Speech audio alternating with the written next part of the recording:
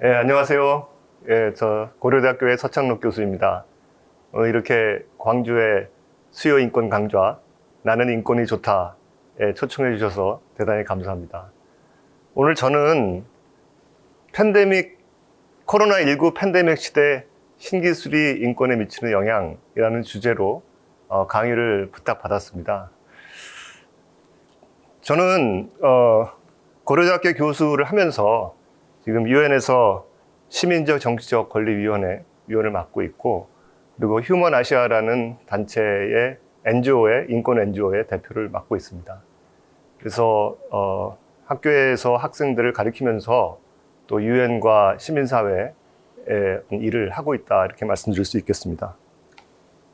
제가 먼저 제가 가지고 있는 질문을 좀 던지고 좀 말씀을 시작할까 합니다. 이 질문들은 여러분께 오늘 강의를 통해서 여러분들이 스스로 답변을 구하셨으면 하는 질문이기도 하고, 또 제가 개인적으로 고민을 하고 있는 질문이기도 합니다. 또 오늘 제가 드리려고 하는 말씀에 제가 생각하는 이 질문에 대한 대답이 있으니까 좀 생각을 같이 해보면 좋겠다는 생각이 들었습니다. 첫 번째로, 왜 인권의식이 올라가면 사회 갈등은 증가하는가? 대한민국에서 인권에 대한 의식과 인식이 굉장히 많이 올랐죠. 지난 30-40년간 완전히 그 인권의 어떤 수준이 올라갔다고 볼 수가 있습니다. 물론 왜 그러면 인권 수준이 올라가는데 갈등이 더 많아지느냐? 그 전에 인권에 대해서 몰랐을 때는 인권 침해를 당해도 말을 안 했지만, 인권 수준이 올라가니까 인권 침해가 당했을 때 목소리를 내기 시작하면서 갈등이 많아진다고 볼 수 있습니다. 하지만 그것만이 이유는 아닌 것 같고요. 인권이라는 것을 어떻게 받아들이느냐, 개개인이, 또 인권을 어떻게 해석하느냐, 이거에 따라서 자기의 인권관만이 옳다고 생각하고 남의 인권의 해석을 받아들이지 않는, 어떻게 보면 남에 대한 공동체의 어떤 그 중요성과 남에 대한 배려가 부족한 데서 출발하는 것이 아닌가, 이런 생각을 좀 하고 있습니다. 그게 이제 두 번째 질문과 연관이 되는데요. 인권의 해석은 시대와 환경에 따라 변하는가? 저는 이 질문에 대해서 그렇다라고 생각을 하고 있습니다. 그럼 그런 질문을 할지 모르겠습니다. 인권은 보편적인 것인데 언제나 어디서나 누구나 가지고 있는 권리이고, 또 시대에 따라서 변하는 것이 아니고 환경에 따라 변하는 것이 아닌데 어떻게 그렇게 얘기할 수 있느냐라고 생각할지 모르겠습니다. 물론 인간이 누구나 다 존엄하다라는 데서는 보편적인 것이 맞습니다. 하지만 인권의 해석이 역사 속에서 달라진다는 의미는, 예를 들어서 과거에 노예제도가 있었습니다. 지금은 노예제도가 폐지됐죠. 노예는 굉장한 인권 침해죠. 또 지금도 현대판 노예라는 이제 얘기를 하는데, 엄청난 인권 침해이지만 그렇다고 당시에 노예를 가지고 있던 사람들이 모두 인권 침해자였느냐? 그렇다고 볼 수 없겠죠. 또 여성 인권도 지금 우리나라에서 굉장히 큰 목소리가 나지만 여성이 참정권을 가지게 된 것이 그렇게 오래되지 않았습니다. 미국과 영국같이 굉장히 오래된 민주주의 국가에도 1920년대에 와서 참정권이 생겼고요. 그럼 과거에 여성에게 참정권을 주지 않았던 정치인들은 모두 다 인권 침해자냐? 그렇게 볼 수 없겠죠. 그런 거와 똑같이 우리가 지금 사는 현실에서 우리의 지금 가지고 있는 인권의 해석에 의해서 누군가는 인권 침해를 당하고 있다라고도 볼 수 있습니다. 그 얘기는 앞으로 나가오는 미래의 세상에 또다시 우리가 지금 현재 보지 못하고 있는 인권 침해가 있을 수 있다. 그것을 항상 인권이 정해져 있는 것이라고 생각하지 말고 계속 우리가 성찰하고 자꾸 다시 쳐다보는 노력을 해야 된다는 그런 말씀을 드리고 싶습니다. 신기술의 발전과 인권과는 관계가 있는가? 오늘 제가 말씀드리고자 하는 그 내용의 굉장히 핵심적인 부분이긴 한데요. 디지털 변환이라고도 하고 4차 산업혁명 시기다라는 말도 하고, 그러니까 신기술이라는 말이 여기서는 디지털 기술이라고 보시면 되겠습니다. 또 일반적인 기술이라고 볼 수 있는데요. 저는 이 분야를 최근에 이제 저의 화두이고요. 제가 지난 한 5년간 좀 깊이 연구를 하고 있는 분야이기도 합니다. 그래서 저의 대답은 밀접한 관계가 있다는 것이죠. 네. 그러니까 지금 제가 아까 조금 전에 말씀드린 것 같이 시대가 변함에 따라서 환경이 변함에 따라서 인권의 해석이 달라지고 새로운 인권 문제가 도출되고 하는 것과 결부해서 이 신기술 4차 혁명 시대가 되면서 우리가 새롭게 인식해야 되는 인권의 문제들이 속출하고 있다라고 생각하는 겁니다. 그래서 그런 말씀은 제가 조금 더 이따가 말씀을 드리겠고요. 그리고 코로나19 팬데믹은 우리에게 어떤 교훈을 주고 있는가? 특히 인권 분야에서. 팬데믹이라는 게 우리 인류 역사 속에 이번만에 있던 것은 아닙니다. 우리가 아주 잘 알고 있는 스페인 독감, 1920년대 그 스페인 독감은 숫자가 완전히 합의가 되어 있지는 않지만 대략 5천만의 세계 인구의 5천만이 죽었다고 하죠.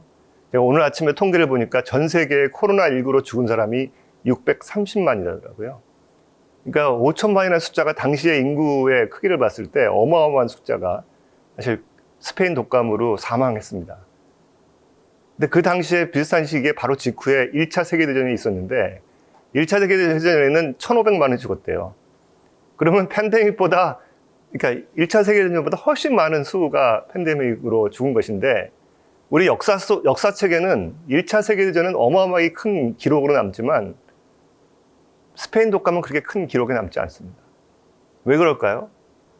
지금 많은 사람들이 코로나19는 코로나19 이전과 이후가 완전히 달라질 것이다. 엄청난 역사적인 사건이다 라고 평가하고 있습니다. 무슨 차이가 있을까요? 저도 그렇게 생각합니다. 코로나19 이전과 이후는 굉장한 차이가 있다.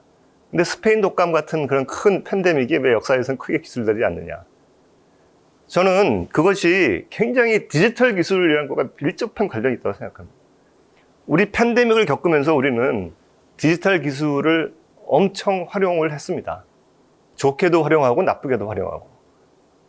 물론 팬데믹 이전에 이미 디지털 기술이 있었지만 우리는 줌이나 이런 화상을 통해서 강의를 한다는 것을 생각하지 못했습니다. 그러나 어쩔 수 없이 이런 기술을 활용해서 우리가 강의를 했고 또 오늘 이렇게 유튜브로 방송하는 것도 사실은 그런 기술의 혜택을 받는 거죠. 굉장히 긍정적인 것이죠, 그런 거는. 또 코로나19 시기에 우리가 마구 돌아다니지 못할 때 디지털 기술을 활용해서 음식을 주문해서 배달을 받고 그런 편리함을 누릴 수 있었습니다. 만일 그것이 없었다면 얼마나 어려운 세상이었을까 우리가 상상할 수가 있겠죠. 하지만 반면에 이면에는 엄청난 인권적인 침해가 또한 있는 겁니다. 많은 침해는 우리 눈에 보이기도 하고요. 개인정보를 이렇게 정부가 마음대로 착취한다든가, 사생활을 감시하게 된다든가, 어떤 빈부격차가 심해진다든가, 이런 눈에 보이는 인권 침해도 있지만 우리 눈에 잘 안 보이는 인권 침해도 상당히 많이 있습니다. 그런 것을 면밀히 보지 않으면, 그래서 어떻게 보면 코로나19가 우리에게 큰 기회를 제공한다고 저는 보고 있습니다. 왜냐하면 이것을 통해서 엄청난 사람의 희생이 됐고 많은 피해가 있었지만 우리가 미래를 빨리 쳐다보고 미래에 대한 대비를 할 수 있는 기회를 제공했다. 저는 그렇게 사실 해석을 하고 싶습니다. 아무튼 이런 질문을 놓고 제 말씀을 시작하도록 하겠습니다. 기술과 인권에 대한 역사를 한번 정리를 해봤는데요. 인류 사회에서, 인류 역사에서 아주 인류의 삶을 완전히 뒤바꿔놓은 역사적인 기술 발전이 있었습니다. 그게 이제 우리가 알고 있는 신석기 혁명, 혁명이라는 말을 붙이죠. 1차, 2차, 3차 산업혁명. 우리의 삶의 양식을 바꾸었고, 또 우리의 문화, 우리의 정치 제도, 경제 제도, 모든 것을 사실 바꾼 대단한 혁명들입니다. 우리가 신석기 혁명을 통해서 농업이 시작이 됐고, 집단 생활을 시작했고, 또 1차, 2차, 3차 혁명을 통해서 우리가 기계를 활용하고 대량 생산을 하면서 우리 삶이 엄청나게 풍요로워졌죠. 그 혜택은 사실은 설명할 수 없을 정도로 굉장히 많은 혜택을 우리가 입었습니다. 하지만 그 이면에는 엄청난 인권 침해가 동반했다라는 사실이죠. 그렇죠? 뭐 빈부격차 약탈, 식민지 지배 몇 개만 얘기를 하더라도 노동자 착취, 여성 인권, 아동 노동, 경보 격차 이러한 문제들을 우리가 겪었던 것이죠. 그래서 저는 간혹 그런 생각을 합니다. 산업혁명 시기에 우리가 미리 이런 위험을 알았더라면, 예측했더라면, 거기에 대한 대비를 먼저 했더라면 우리의 세상이 훨씬 더 안전하고 더 좋은 세상이 되었을 것이다 라는 생각을 하면서 미래를 생각해 보면 지금 우리가 4차 산업혁명을 겪고 있는데 지금 이미 시작이 되었고 시작되고 있는 중이죠. 사실 이 혁명이라는 거는 우리가 어떤 딱 특정한 어떤 시기에 딱 일어나는 것은 아닙니다. 이렇게 서서히 시작해서 서서히 이렇게 접어들어가는 것인데 우리는 지금 큰 번역의 시기에 있는데 제가 보는 판단에서는 이 4차 산업혁명의 디지털 기술이라는 것은 우리에게 훨씬 더 과거의 혁명보다 훨씬 더 큰 혜택을 주는 반면에 훨씬 더 위험한 인권 침해를 할 수 있다. 그래서 우리가 거기에 대한 대비를 제대로 하지 않으면 우리 인류 사회의 미래는 굉장히 어둡다 라고 생각하기 때문에 제가 그런 연구를 하고 있고 이제 그것을 위해서 제가 할 수 있는 일을 이제 찾으려고 노력하고 있습니다. 인권에 대해서 먼저 좀 간단히 뭐 잘 아시겠지만 뭐 제 좀 말씀을 좀 드리면 인권은 인간의 권리죠. Human Rights라고 하고 그다음에 이제 한자로도 인간 권리. 이 권리라는 말이 사실은 이게 일본 사람들이 그렇게 처음에 한문으로 번역을 한 것을 우리는 그냥 그걸 그대로 받아들여서 인권이라고 하는데 사실은 일본 사람들이 처음에 Human Rights를 이 번역을 할 때 굉장히 많은 여러 가지 단어를 놓고 고민을 했다고 그래요. 근데 아무튼 그들이 정해놓은 것을 우리는 사실 비판 없이 받아들였죠. 근데 권리라고 하는 것이 영어로 rights라는 의미에는 두 가지 의미가 있다고 합니다. 그래서 권리라는 것은 보통 요구 자격을 얘기하는 거죠. entitlement. 내가 가지고 있는 권리, 나의 자격. 그래서 나는 이런 권리를 태어나면서부터 가지고 있기 때문에 누구에게가 요구를 해야 되는 당연히 그런 권리라고 생각을 하는 것인데 사실은 영어로 rights라는 의미에는 도덕적 정당성의 의미가 있습니다. right or wrong 할 때 right은 옳다, 그러다 할 때 옳다라는 의미가 있어요. 그러니까 인간이 옳은 행위를 해야 되는 것이죠. 그런데 옳고 그름이라는 것은 사실 보편적이지 않습니다. 영원하지 않습니다. 오늘 옳았던 것이 내일 틀릴 수 있고요. 또 과거에 그른 것이 지금 옳을 수도 있습니다. 아까 예를 들었던 노예제도 같은 것이 과거에는 옳은 것이었죠. 하지만 지금 현대사회에서는 절대 용인될 수 없는 그런 제도인 것이죠. 그래서 그 당시에 옳은 행동을 했다는 사람과 지금 현재 옳은 행동을 한 사람은 차이가 난다. 또 그 얘기는 미래에 옳은 행동을 한다는 것이 지금 옳은 행동을 한다는 것과는 다를 수 있다는 것을 우리 항상 염두에 둬야 한다고 저는 생각을 합니다. 인권은 사람이 사람답게 살기 위한 조건들이라고 합니다. 여러 가지 그 정의가 있지만 저는 저에게 가장 와닿는 정의가 그 국가인권위원회에 가면요. 내가 처음 국가인권위원회에 뭐 한 10년 정도에 갔을 때 이제 사람이 사람답게 사는 세상이라는 슬로건이 붙어 있었어요. 그래서 저는 그 슬로건을 보면서 좀 감동적이었어요. 아, 저게 바로 인권이구나. 그런 생각을 했었습니다. 사람이 사람답게 하는 세상. 다른 큰 말이 사람답다. 사람이 사람답다라는 말은 사람이 존엄성이 있다는 얘기죠. 다른 동물하고는 다르다. 사람답다. 뭐 네가 사람이냐? 우리가 나쁜 짓을 한 사람한테 네가 사람이냐? 라는 표현을 할 때 너는 사람다운 행동을 하지 않는다라는 표현이죠. 그래서 사람은 하여간 사람다워야 되기 때문에 인간의 존엄성이라는 굉장히 중요한 것이고 존엄하기 위해서는 여러 가지가 필요한 것이죠. 뭐 하고 싶은 말을 할 수 있어야 되고 교육도 받아야 되고 건강해야 되고 뭐 그런 조건들을 인권이라고 할 수 있습니다. 그런데 제가 저기 조그맣게 피해자와 가해자라고 써놓은 이유는 보통 우리가 인권을 얘기하면서 특히 우리나라 사회에서 인권을 침해한 가해자와 인권을 당한 피해자를 선명히 구별을 하고 가해자는 처벌을 받아야 되고 피해자는 보상을 받아야 되는 것으로 인권을 이해합니다. 그런데 제가 제 얘기를 좀 말씀드리면, 제가 2년 전에, 2년도 좀 더 된 얘기인데요. 그 코로나 아주 초창기에 2020년 3월에 그 뉴욕에 출장을 갔다가 코로나에 감염이 됐습니다. 아주 초창기라서 한국에 별로 환자가 없을 때였고요. 제가 그 감염되어서 이제 한국에, 사실 감염된지 모르는 상태에서 한국에 돌아와서 한국에서 확진 판정을 받고, 내가 이제 병원에 음압병실이라는 데 이제 감금이 돼서 3주를 보내면서 이제 여러 가지 경험을 하게 되었습니다. 제가 사실 그 경험을 바탕으로 보일지 모르겠지만 이런 책을 하나 썼습니다. 나는 감염되었다. 그래서 이게 상당한 좀 반향을 일으켰는데요. 제가 왜 그 말씀을 드리냐면, 제가 코로나에 걸려서 한국에 들어왔다는 것 자체가 큰 이슈가 됐어요. 제가 신문에도 나왔고요. 그리고 많은 사람들이 미국 가서 뭐를 해서 이렇게 나쁜 바이러스를 한국으로 가지고 들어왔느냐. 그리고 제가 엄청난, 어느 순간에 보니까 인권을 침해하는 사람이 돼 있더라고요. 가해자죠, 그러니까. 한국에 나쁜 바이러스를 가져온 나쁜 사람, 가해자. 근데 저는 제가 스스로를 생각해 볼 때 저는 피해자라고 생각하는데, 내가 어느 순간 가해자가 돼서 굉장히 남으로부터 비난을 받고 있다는 사실이 굉장히 억울하기도 하지만, 사람이란 이런 거구나. 지금 인권을 그러니까 인권을 가해했다고 생각하는 사람들이 우리가 생각하는 것 같이 다 그렇게 나쁜 사람이 아닐 수도 있겠구나. 저는 그런 생각을 했습니다. 아주 쉽게 얘기해서 가해자도 인권이 있습니다. 그렇죠? 우리는 간혹 우리 사회에서, 물론 이제 잔혹한 행위를 한 어떤 인권 가해자들, 비난받아야 마땅하죠. 하지만 그 사람도 인간이기 때문에 인간의 권리가 있는 것이고, 인간의 대우를 받을 자격이 있는 것이거든요. 근데 우리는 그거를 간혹 무시를 하죠. 가해자는 나쁘고 처벌받아야 되는 것으로.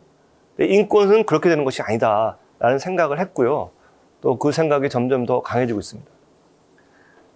그래서 인간의 존엄성이라는 것은 다시 이제 짚으로 세어보면은, 인간은 누구나, 어디서나, 언제나, 존엄하다. 이게 이제 절대 명제잖아요, 우리가. 그래서 우리가 차별도 하면 안 되는 거고, 사실 하면 안 되는 이유가 어느 인간이나 똑같이 다 존엄하기 때문에 어떤 특정 사람을 다르게 대우해서는 안 된다라는 그 출발점이 그런 것 같이, 인권을 가해한 사람, 아니면 범죄자까지도 모두 다 인간이기 때문에 우리가 달리 봐서는 안 된다. 인권의 잣대에서는 그런 생각을 하고 있고요. 근데 자유와 평등이라는 얘기를 했는데요. 사실 인권에서 가장 중요한 가치가 자유와 평등이죠. 세계인권선언문 1조에 인간은 자유롭게 태어났고 권리와 이제 존엄에 있어서 평등하다, 동등하다 이런 얘기를 한단 말이에요. 그런데 자유와 평등이 동시에 이루어지는 세상은 사실은 없습니다. 누구나 자유롭고 모든 사람이 평등한, 그야말로 유토피아죠. 뭔가 자유와 평등 사이에는 항상 긴장관계가 존재하고 있죠. 우리가 극단적으로 이제 자유민주주의와 공산주의, 이제 2차 세계대전 이후에 갈등을 일으켰던 또 이념적인 갈등, 자유주의와 공산주의. 그러니까 자유주의라는 것은 기본적으로 개인의 자유, 또 자유에 더 방점을 두는 어떤 이념과 제도이고, 공산주의라는 것은 더 평등에 방점을 두는, 또 공동체에 방점을 주는 그런 이념이라 보면, 인간 사회에서 그 이념의 갈등은 끊임없이 되어 온 것이죠. 거기서 인권이 차지하는 비중은 어디에 있느냐. 어떻게 보면 특정한 시기에, 2022년이면 현재 이 시기에 우리 사회에서 모두가 함께 자유롭고 동등하게 살 수 있는 자유와 평등의 조합은 무엇이냐. 우리가 그거를 생각해야 되는 것이죠. 그 자유와 평등의 조합은 시대에 따라 달라진다는 겁니다. 우리가 자본주의 사회에서 산업혁명이 일어나고 1차, 2차 산업혁명이 일어나고 훨씬 더 자유의 방점을 두었던 것이 사실입니다. 우리 시장 경제라는 것이 자유의 방점을 두고 있죠. 그리고 그 자유를 극대화했을 때 우리가 평등 사회로 갈 수 있다는 그런 가정하에서 움직였던 것인데, 사실은 그렇게 이루어지지 않았습니다. 너무나 많은 불평등을 야기시켰고, 도저히 모두가 자유를 추구하고 평등한 사회를 이루기는 어려워졌다는 것을 알았을 때 어떤 공산주의, 사회주의 이념이라는 게 등장했고, 그러나 그 이념이 사실은 공산주의의 멸망으로, 소련의 멸망으로 어떤 이념이 죽었지만 사실은 그 이데올로기는 계속 살아있는 것이죠.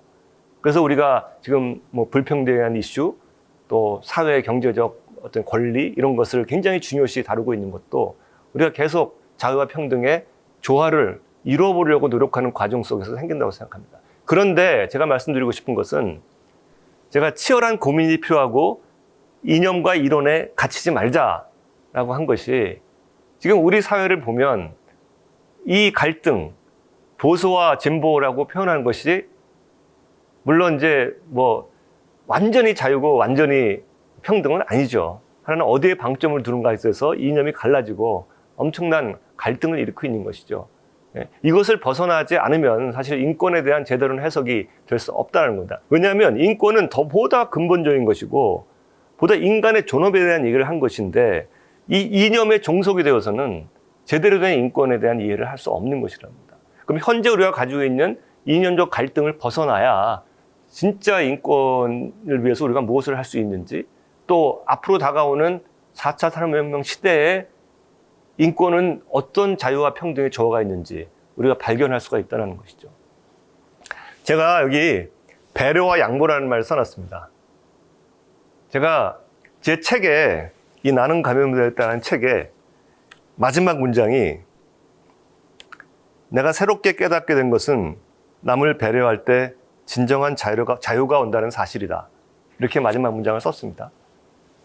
제가 이 문장을 그냥 마음에서 우러나는 대로 이 책은 사실 약간 수필성의 책이기 때문에요. 제 느낌을 그냥 쓴 책이고, 그냥 제 어떤 마음속에 우러나는 느낌을 쓴 것인데, 쓰고 나니까 그 질문에 대한, 그 문장에 대한 뜻에 대한 질문이 굉장히 많아요.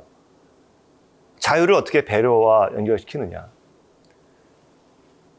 제가 그래서 사실은 그것을 해석하는 책을 또 하나 썼습니다. 그래서 제가 오늘 강의가 방송이 6월 15일 날 나가는 걸로 알고 있는데 제 새 책이 6월 15일 날 출간이 됩니다. 그래서 제가 제 책을 선전하러 나온 것은 아니지만 제가 왜 남을 배려할 때 자유가 오냐, 그것을 설명하는 책을 하나 써서 좀 여러분들이 꼭 읽어보셨으면 좋겠다라는 마음에서 제가 아마 마지막에 슬라이드에 있습니다. 제가 좀 더 설명을 드리겠습니다. 제가 깨달은 것 중에 하나가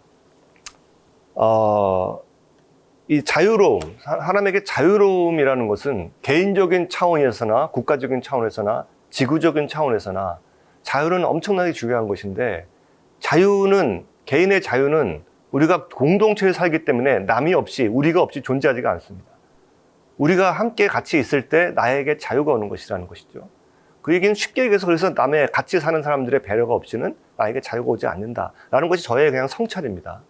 그런데 제가 주로 많이 이 팬데믹이 오기 전에, 이 책을 쓰기 전에, 이 코로나에 감염되기 이전부터 인권은 양보다라는 얘기를 많이 했습니다.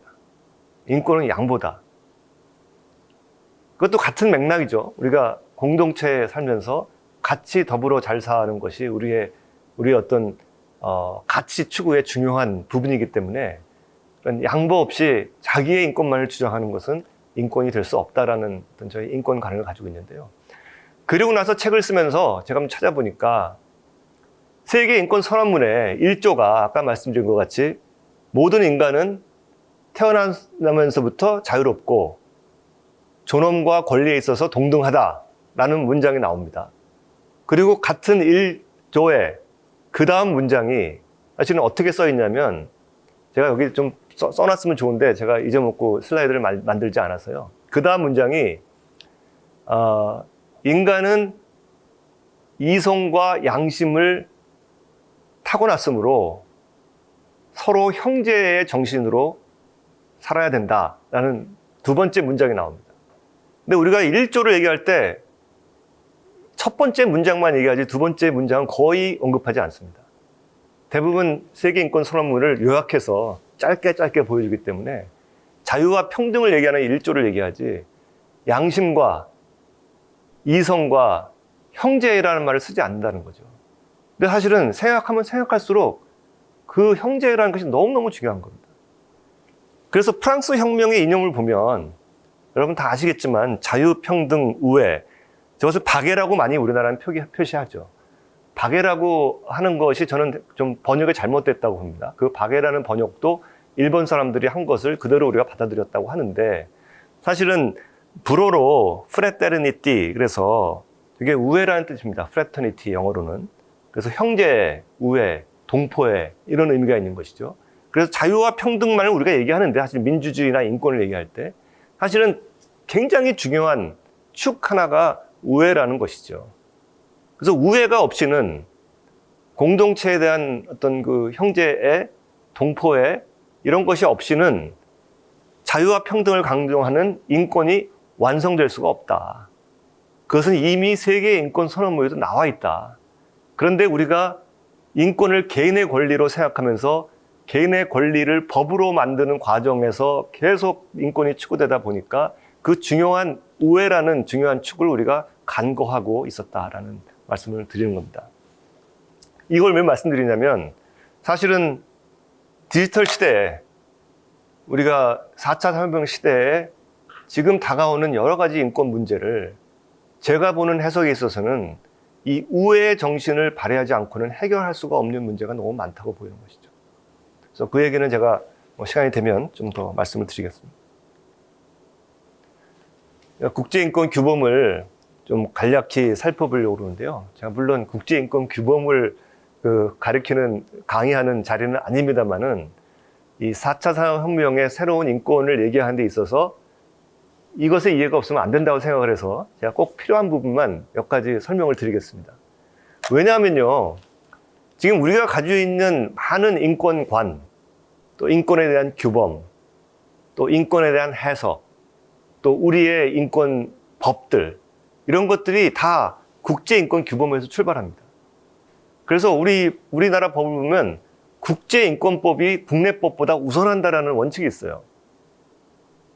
그만큼 국제인권법이 소중하게 다뤄져야 되는 아주 굉장히 중요한 것으로 되어 있는데 저는 거기에 사실 의문점이 하나 있습니다.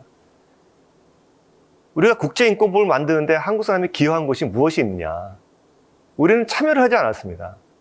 우리 국민들은 말할 것도 없고 대한민국이라는 국가가 국제인권을 만드는데 참여한 바가 없어요. 근데 왜 무조건 저걸 받아들여야 되냐? 저는 그런 문제의식을 사실 가지고 있습니다.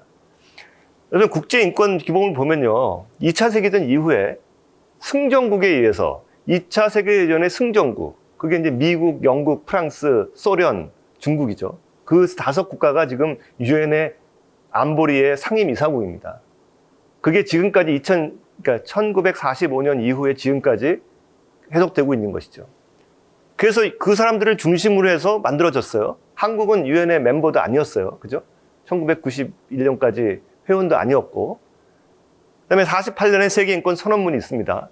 그리고 사실 유엔의 굉장히 중요한 축이 인권이었는데, 그러니까 평화 안보, 개발, 인권, 이렇게 세 개가 어떤 인권의 어떤 유엔의 굉장히 중요한 그 축이죠. 그런데 2차 세계대전 이후에 사실은 안전보장이사회라는 것도 있고 경제사회이사회라는 것도 있었는데 인권이사회는 없었습니다. 그게 이제 소련과 미국이 냉전 시기가 오면서 인권에 대해서 이제 깊이 제도화하지 않은 책임도 있지만 그게 이제 2006년에 인권이사회가 만들어지고요.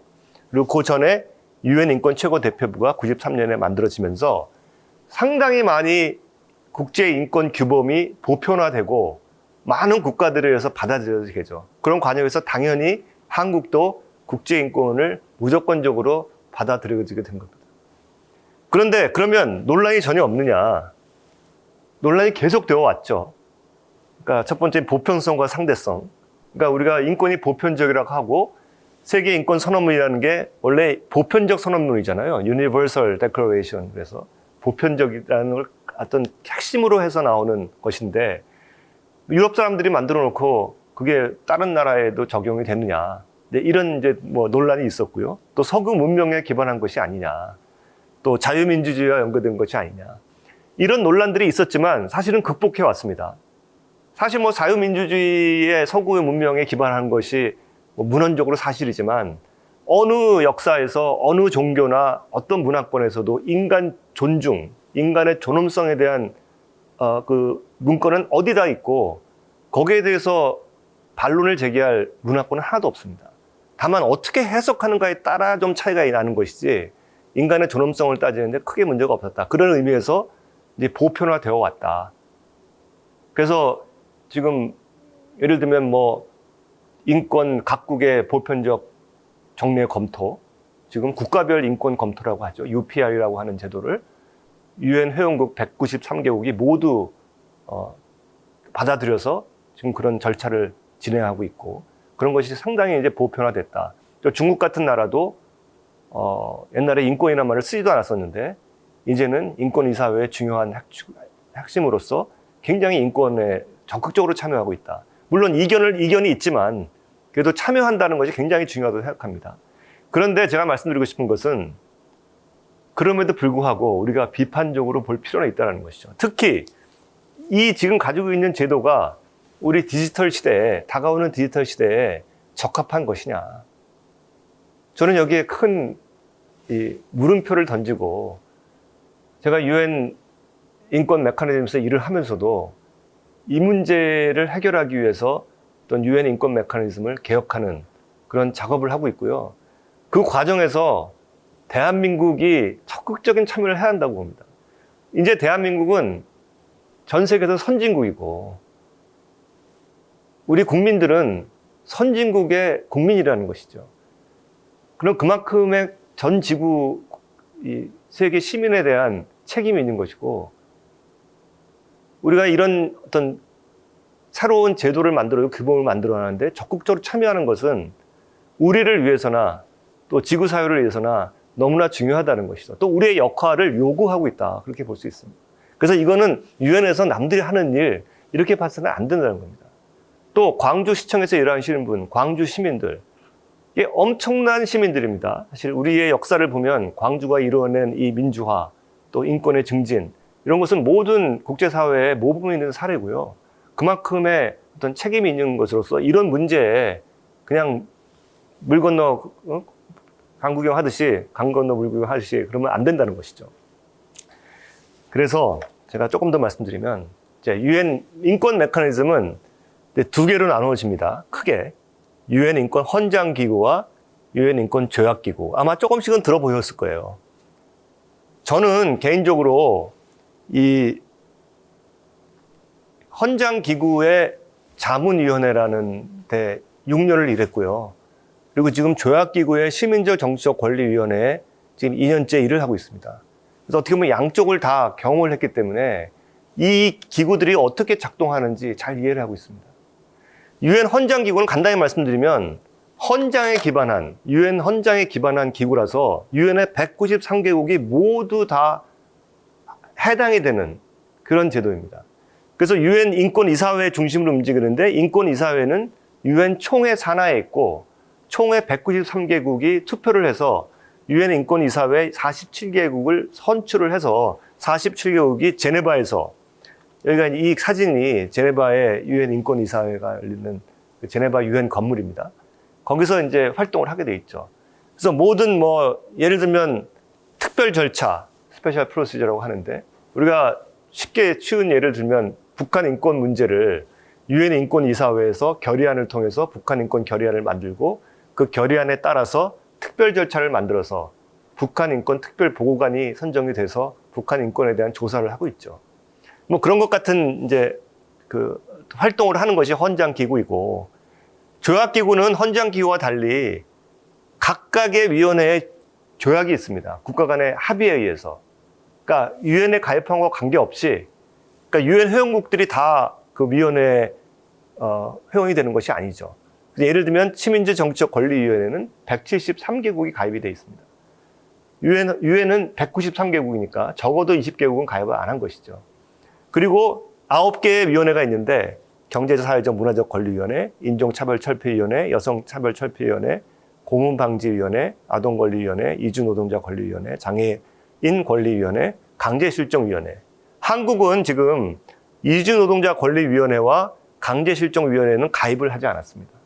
그러니까 국가가 가입을 하고 가입한 것을 인준을 받았을 때 이 조약의 회원이 되고 그 회원만 다루는 것입니다. 그래서 좀 더 구속력이 있다고 볼 수 있죠. 왜냐하면 국가가 약속을 했고 또 인준을 거치고 비준을 했기 때문에 더 강력한 기구라고 할 수도 있겠습니다. 그런데 여기서 문제는요. 지금 이러한 조약기구나 헌장기구들이 기본적으로 1945년 유엔이 창설되면서 또 48년에 세계인권선언문이 만들어지면서 거기서 출발한 인권관에 의해서 지금 이런 기구들이 만들어져 온 겁니다. 그런데 1945년에 세상을 보면 지금 2020년의 세상과는 완전히 다른 세상이 됐습니다. 일단 기본적으로 산업사회였죠. 지금은 탈산업사회, 정보화사회, IT사회, 디지털사회 이렇게 얘기하는 사회. 완전히 우리의 삶의 양식이 바뀌었고 우리의 이 모든 옳고 그름이 사실 바뀌었다고 볼 수 있습니다. 그러면 그때 만들었던 어떤 제도가 지금도 통하겠냐 이런 질문을 당연히 할 수 있죠. 그래서 저는 그런 문제의식을 가지고 있고요. 그래서 제가 유엔 인권이사회 자문위원회 위원으로 활동을 할 때 제가 이런 보고서를 하나 작성을 했습니다. 제가 이 보고서를 2018년부터 시작을 해서 이게 작년에 여기 보시면 2021년 5월 19일 날 제출이 돼서 이게 인권이사회에 제출이 돼서 이제 총회에서 제너럴 어셈블리 총회에 제출이 되는 보관이 되는 기록이 되는 문건인데요. 제가 번역을 못해서 죄송한데 이제 그러니까 New and Emerging Digital Technologies 그런 표현을 썼는데 새로운 생겨나는 디지털 기술 좀 간략하게 신기술이라고 이야기했습니다. 신기술이 인권의 증진과 보호에 대해서 미치는 영향, 기회, 도전 이런 이제 제목을 가진 것입니다. 쉽게 얘기하면 신기술이 인권에 어떤 영향을 미치고 어떤 긍정적인 결과와 또 부정적인 결과가 초래할 것이냐에 대한 보고서입니다. 그런데 이 보고서가 어떻게 만들어지게 됐느냐? 물론 제가 이제 자문위원회 위원일 때 2018년부터 저는 이 문제를 개인적인 관심사였고 이게 중요하다고 생각을 해서 이것을 가지고 가서 이런 연구를 우리가 좀 해야 되겠다. 유엔 인권이사회 자문위원회는 유엔 인권이사회 띵크탱크입니다. 그래서 유엔 인권이사회가 요구하는 어떤 연구를 하는 그래서 그 보고서를 제출하는 그런 기능을 하는 것인데요. 근데 이제 결의안이 없으면 결의하는 것은 유엔 인권이사회의 국가들이 채택을 하는 결의안이죠. 만장일치 혹은 과반수 이상의 합의가 있어야 제출이 되는 것이죠. 이게 두 가지의 결의안이 있는데요. 왼쪽을 보시면 잘 안 보이실 것 같은데 2019년 7월 9일 그렇죠? 제가 2018년부터 이 문제를 제기를 해서 이 위원들로부터 이 중요성을 인정받고 그 다음에 이제 국가들을 설득을 해서 국가들이 이 결의안을 만들어줘야 우리가 연구를 할 수가 있습니다. 그래서 한국 정부를 타겟으로 해서 제가 설득을 했어요. 그래서 사실은 한국 정부가 어떻게 보면은 최초로 이니셔티브를 주고 결의안을 인권이사회에서 통과시킨 첫 번째, 물론 지방정부와 인권이라는 결의안을 그 이전에 만든 적이 있고요. 근데 그것보다 훨씬 더 한국 정부가 더 리더십을 발휘했다고 할 수 있습니다. 그래서 2019년에 결의안이 만들어지고 그 결의안에 의해서 제가 보고서를 보고관이 돼서 작성을 했고 그게 2021년에 제출이 됐고 그래서 2021년 7월 16일 두 번째 결의안이 또 채택이 됩니다. 그래서 신기술에 대한 결의안이 제가 이 말씀을 왜 드리냐면요. 근데 이 사건을 저는 이 사건이 대한민국의 어떤 인권의 역사에서 굉장히 중요한 사건이라고 생각해요. 왜냐하면 국제 인권 규범을 만들어가는 이니셔티브를 한국이 쥐고 뭔가 규범을 만들어가는데 기여를 하고 중요한 역할을 했다라는 것은 엄청난 사건이라고 저는 생각하는데 이것을 아는 사람이 대한민국에 몇 명이나 있겠어요. 제가 이제 말씀드리는 건 그겁니다. 제가 예를 써서 이런 걸 만들어서 막 결의안을 통과되고 그랬는데 한국에는 뭐 별로 보도도 되지도 않고 사람들이 모르는 거예요. 저기 유엔에 가보면요, 한국은 대단한 나라입니다. 이미 대단한 나라가 돼서 한국이 하는 것은 대단한 것으로 생각해요.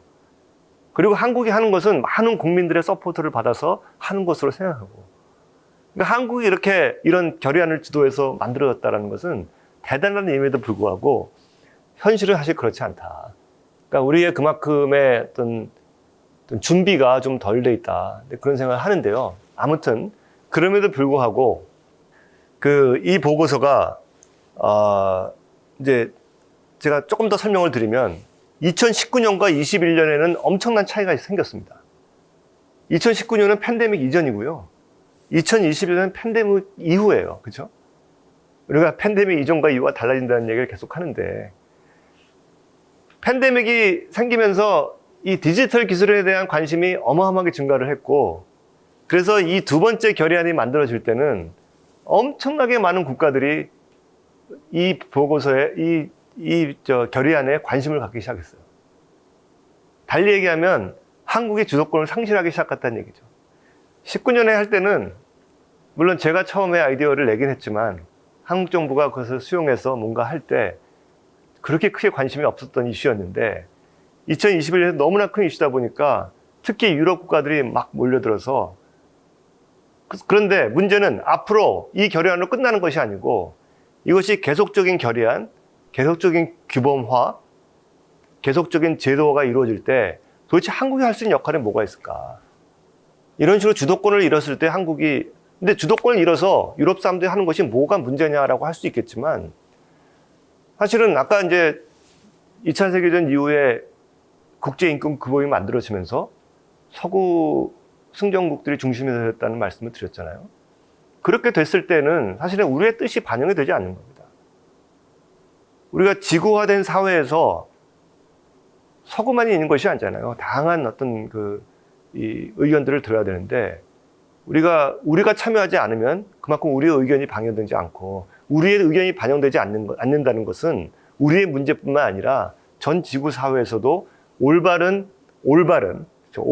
올바른 이 인권 제도화가 이루어지기 어렵다. 그런 의미에서 우리를 위해서도 그렇고 지구 사회를 위해서도 우리가 참여해야 된다. 그런 말씀을 드립니다. 그래서 보고서에 대한 말씀을 조금만 드리면, 이 보고서를 뭐 다 설명드릴 수도 없지만 키워드가, 핵심 단어가 총체적 접근입니다. 홀리스틱. 이 홀리스틱이라는 단어가 상당히 추상적인 단어라서 한국말로 총체적이라는 것이 또 뭐 맞는 단어인지도 모르겠는데 제가 그냥 썼습니다. 총체적이라고. 이제 추상적인 단어를 사실 유엔에서 많이 씁니다. 홀리스틱, 밸런스드, 인클루시브. 그러니까 뭐 균형 잡힌, 포괄적인, 뭐 총체적인 이런 접근을 한다. 근데 아무튼 저는 이 총체적인 접근이라는 것에 세 가지 의미가 있다고 생각해요. 저는 개인적으로 그렇고 보고서에도 그렇게 썼습니다. 신기술을 어떻게 보느냐도 총체적인 접근이 필요하고, 인권을 어떻게 보느냐도 총체적인 접근이 필요하고, 행위자를 어떻게 보느냐도 총체적인 접근이 필요하다는 겁니다. 이걸 설명을 드릴게요. 잠깐.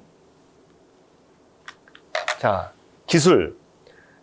물론 뭐 우리가 기술을 강의하는 것은 아니지만 저는 우리가 모두가 다 디지털 사회에 살아갈 것이라는, 살아가고 있고 점점 더 그런 세상에서 살아야 된다고 할 때 우리 모두가 아주 기초적인 디지털 기술에 대한 이해가 필요하다고 생각합니다.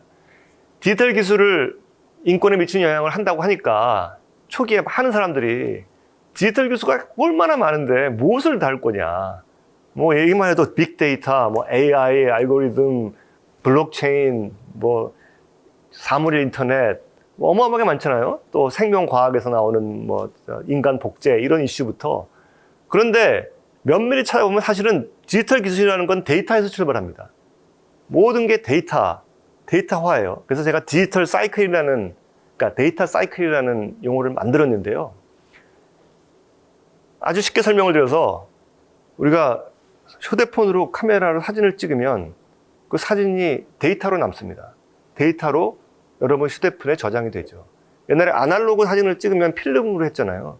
그게 아니라 지금 다 데이터로 우리가 음악을 들어도 다 음악이 디지털로 음악을 듣는 거잖아요. LP판이 아니고. 모든 것이 디지털화 되는 거죠. 그죠? 데이터로 데이터로 저장된다. 그 다음에 데이터가 전송이 됩니다. 이송이 됩니다. 우리가 뭐 친구한테 보낼 수도 있고, 카톡을 통해서, 혹은 페이스북에 올릴 수도 있고, 그러면 데이터가 내가 가지고 있는 데이터가 다른 데로 옮겨지죠. 그런 옮겨지는 데이터가 어마어마하게 많습니다. 그런 데이터가 옮겨지면서 어딘가는 데이터가 쌓입니다. 그죠? 이 영상이 촬영이 돼서 유튜브에 올라간다. 그러면 디지털화 돼서, 데이터화 돼서 그 데이터가 유튜브로 전송이 되는 것이죠. 그러면 유튜브에서는 그 데이터를 또 자기들이 활용을 해서 의사결정과 행동에 영향을 미치게 됩니다. 그렇죠? 그러니까 여러분들 이메일 같은 거 보면 요즘에 이메일에서 답변을 제시해 주잖아요. 이런 답변, 질문이 있는 이메일이 있으면은, 네, 그렇습니다. 감사합니다. 이런 답변을 한다든가. 그 얘기는 그 데이터가 전송이 돼서 전부 데이터화해서 우리 의사결정을 영향을 미친다는 얘기예요. 누군가가 사람은 아닐지라도 기계일지라도 내 데이터를 이송된 내 데이터를 읽는 거죠. 내 이메일을 읽고 거기에 대한 제안을 해줘서 저에게 훨씬 편리한 생활을 할 수 있게 도와주는 거죠. 그래서 나의 의사결정과 행동을 영향을 미치게 됩니다. 그래서 그런 행동과 의사결정이 나면 그 행동에 의해서 새로운 데이터가 또 만들어지고, 그래서 데이터화가 일어나지고 또 전송이 되고 또 그것이 우리의 결정을 영향을 미치고, 이런 과정을, 사이클을 겪는다는 것이죠. 모든 것을 이렇게 보았을 때 우리가 총체적인 접근을 할 수 있다라고 저는 생각을 합니다. 왜 이게 중요하냐면, 디지털 기술이 만들어져서 사이클을 걸쳐서 우리의 의사결정을 하는 과정에서 엄청난 인권적인 혜택도 있지만 그 사이에는 엄청난 인권의 부정적인 영향도 있다는 거예요. 그게 동시에 존재하기 때문에 우리가 단편적으로 봐서는 그것을 정확히 볼 수가 없다는 겁니다. 그래서 우리가 페이스북을 하면서 페이스북이 얼마나 인류에게 많은 혜택을 주었느냐, 인권적으로. 우리가 많은 사람과 소통할 수 있고, 우리의 의견을 표시할 수 있고, 우리가 돈 들이지 않고 그런 걸 할 수 있다는 것이 엄청난 혜택이죠. 그러나 페이스북에 중독이 된다든가, 확증 편향성이 생긴다든가, 완전히 소통하는 사람끼리 한다든가, 그런 부정적인 영향이 있단 말이에요. 그럼 우리가 부정적인 영향을 보고 페이스북을 금지시킨다 라고 했을 때 그 긍정적인 효과를 보지 않는 것이죠.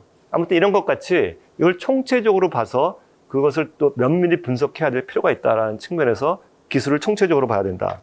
그런 말씀을 드리는 거고요. 그다음에 인권의 총체적 접근. 인권은 총체적이라고 늘 얘기해 왔습니다. 사실은. 인권은 상호 의존적이고 상호 불가분성이다. 이거 아주 중요한 원칙이죠, 인권에서. 그래서 인권이 굉장히 다양하게 있지만 인권이 서로 의존하고 분리할 수 없다. 그래서 예를 들면 표현의 자유라는 인권이 있고 교육이라는 인권이 있으면 표현의 자유가 증진이 되면 그 교육도 잘 되고, 교육이 잘 되면 표현의 자유도 증진하고, 이렇게 의존성이라고 볼 수 있고요.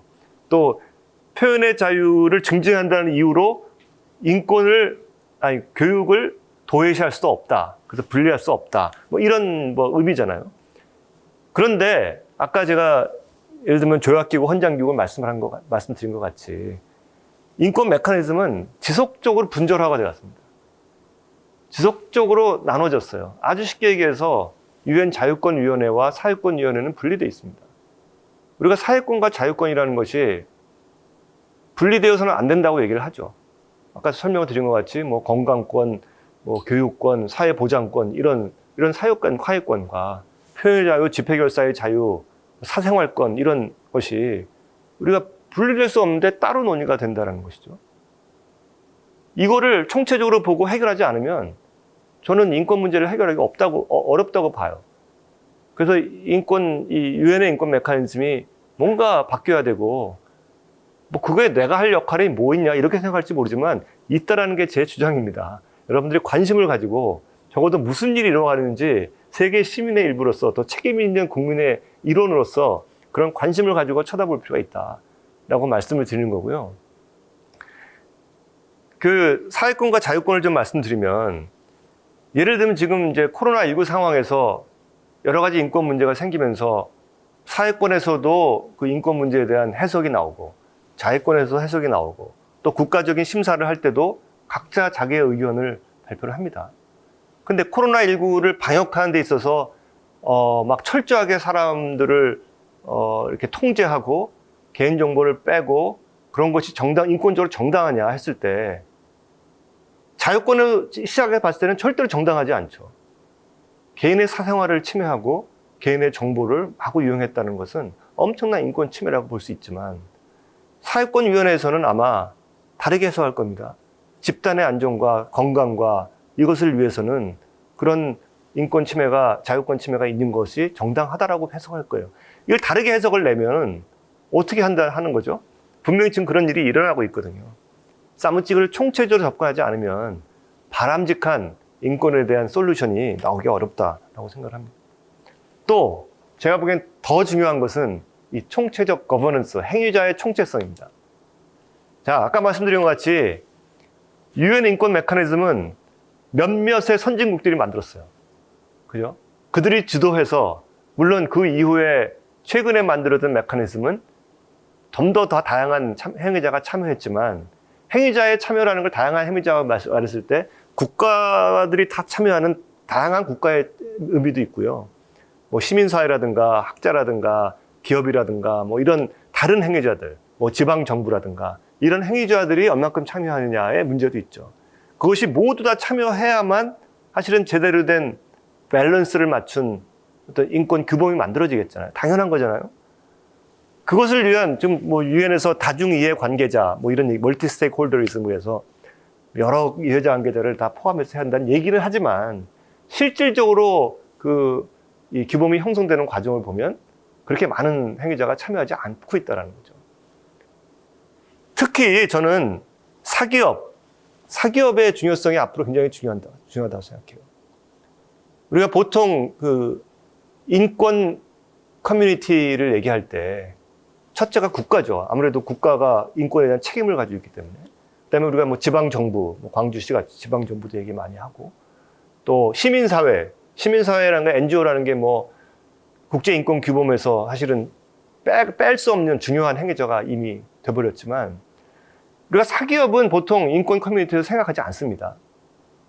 그런데 앞으로는 마치 시민사회가 인권 커뮤니티의 중요한 파트너가 된 것과 똑같이 사기업이 파트너가 돼야 된다고 생각하고, 그 사기업이 파트너가 되지 못하면 인권의 미래는 어둡다고 생각을 해요. 왜냐하면 4차 산업혁명 시기에 이 데이터라는 것이 중요하고 신기술이 중요한데, 그 데이터와 신기술을 가지고 있는 그 행위자는 프라이빗 섹터예요. 프라이빗 섹터가 다 가지고 있어요. 그죠? 정부보다 더 많이 가지고 있어요. 우리가 정부가 책임을 가진다는 얘기는, 정부가 국민의 인권 보호를 가지고 있는 책임이 있다는 얘기는 정부가 정보를 훨씬 많이 가지고 있다는 전제가 있습니다. 그런데 정보가 사기업이 훨씬 많은데 국가가 사기업이 무엇을 하는지 모르는데, 어떻게 사기업이 인권 침해를 하는지 안 하는지도 모르는데 어떻게 인권을 보호할 수 있겠어요? 물론 뭐 기업과 인권이라는 어떤 뭐 제도도 만들어지고 있지만, 또 기업의 어떤 그런 활동을 어느 정도는 규제해서 해야 되는 게 필요하지만 절대로 규제로 다 해결될 수 있는 문제는 아니라고 생각해요. 기업 자체가 중요한 행위자가 돼서 인권 커뮤니티에서 공생의 어떤 그 방법을 찾아나가야 된다, 그렇게 생각을 합니다. 그래서 아무튼 중요한 포인트는 한국의 참여예요. 제가 그것을 위해서 뭐 노력을 하고 있지만, 뭐 이런 한국 정부, 뭐 총체적인 문제죠. 한국 정부, 한국 국민, 시민사회, 학계 모두가 다 어떤 책임감을 가지고 이런 데 참여해서 새로운 규범을 만드는데 기여하지 않으면 우리 사회의 미래가 어둡다, 그런 얘기를. 그래서 제가 쓴 보고서에서 가장 핵심적인 질문이 기술이 인권을 침해하는가. 그래서 제가 처음에 이 보고서를 쓰겠다고 하고, 저희 자문위원회에 18명의 전 세계에서 온 위원들이 있는데, 위원들이 처음에는 이해를 잘 못하더라고요. 이거를 왜 이런 연구를 해야 되는지. 그러고 이제 이해를 시키고 아프리카 세계에 굉장히 중요하다는 얘기를 하고, 그 다음에 가장 논쟁이 됐던 부분이 기술이 인권을 침해하느냐의 문제입니다. 그래서 결국은 여러 가지 논의 끝에 만들어낸 문장이 그 보고서의 핵심 전제가 기술은 중립적이기 때문에 기술 발전의 부정적 결과가 순전히 인간의 기술 오용 및 남용에 의해 초래된 것이라는 주장은 지나치게 현상을 단순하게 보는 것이다. 너무 복잡하죠? 이게 이렇게 뭔가 타협을 하다 보니까 복잡해지는데 한마디로 얘기하면 기술이 인권을 침해할 수 있다라는 게. 그러니까 기술이 인간이 하기에 나름이냐, 인간이 잘하면 아무리 어떤 기술이라도 인권 침해는 없다라고 보는 시각이 있고, 기술 자체가 인권을 침해할 수도 있다는 거죠. 굉장히 제가 그 다음 페이지에 보시면 이 두 가지 기술의 인권을 침해하는 두 가지 이제 이론이 있는데, 하나는 이제 기술 결정론이고 두 번째는 기술의 사회 구성론입니다. 그래서 기술 결정론은 기술은 인간과 사회로부터 독립적인 힘이다, 관계없다. 그래서 인간과 관계없이 인권 침해를 할 수 있다라고 보는 시각입니다. 그래서 예를 들어서 총이라는 것이 있다. 그러면 총이 인권을 침해, 사람을 죽일 수 있느냐? 총이 사람을 죽일 수 있죠. 근데 총은 죽일 수 있지만 총 자체가 죽이는 게 아니라 사람이 사용을 해서 죽이는 거잖아요. 그러면 총을 사용한 사람이 잘못이지 총이 잘못은 아니죠. 근데 기술 결정론은 총이 잘못이라는 거예요. 그러면 총을 없애면 그 문제가 해결되는 것이죠.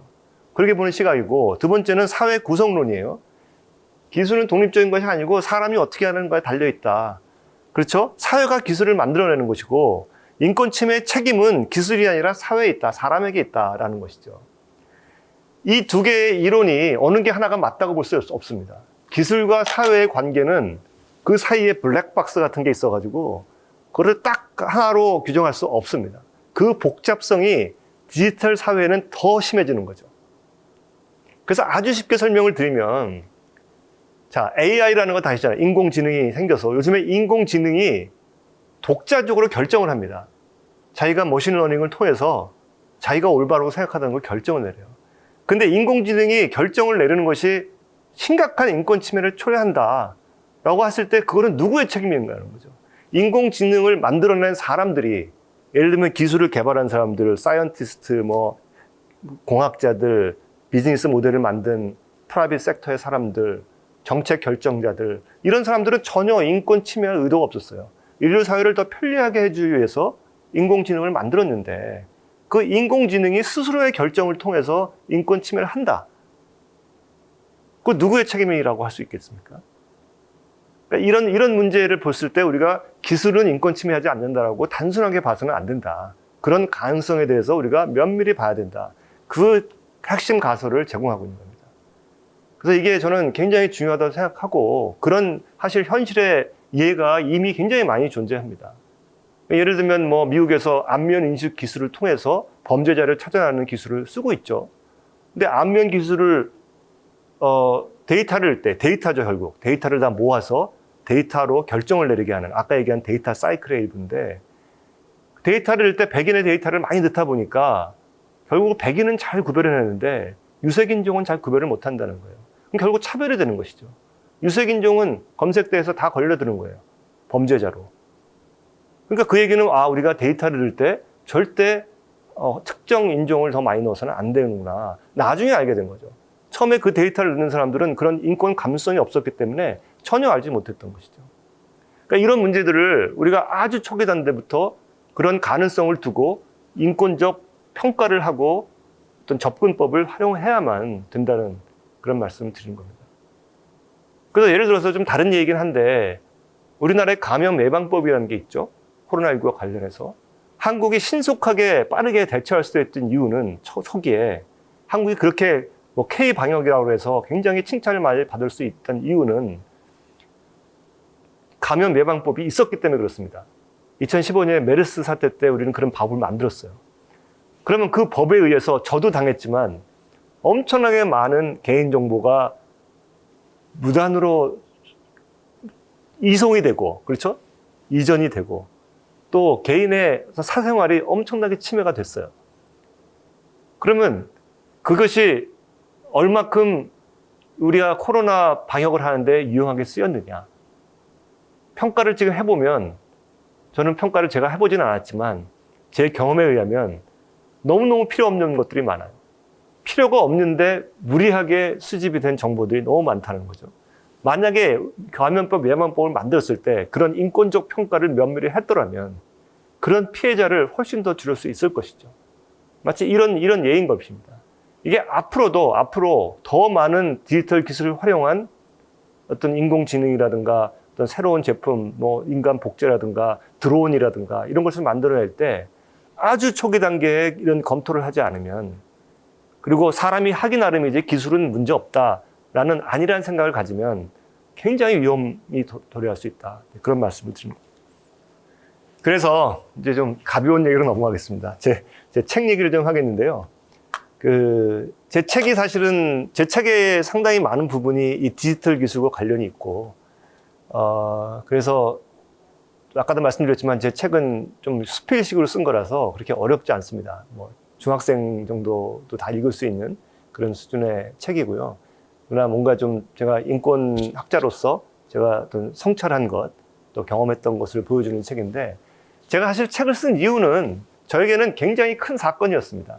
어마어마한 사건이었어요. 제가 아마 코로나에 감염이 돼서 그냥 죽을 뻔했다라는 정도를 훨씬 넘어서 제가 인생에 대해서 새로운 성찰을 하고, 또 인권에 대해서도 인권에 대한 새로운 깨달음이 있었다는 게, 사실은 제가 인권 활동을 뭐 30년을 했는데 뭐가 새로운 깨달음이 있다는 게 굉장히 좀 이상하게 들을 수 있지만, 인권이 이런 거구나 하고 제가 병원에 있으면서 제가 그런 걸 경험하면서 깨달았다는 거죠. 이게 엄청난 사건이었기 때문에 이것을 뭔가 기록에 남겨야 되겠다라는 생각과, 또 이런 경험을 뭔가 대중과 소통을 해야 되겠다, 그런 생각을 해서 책을 쓰게 됐고요.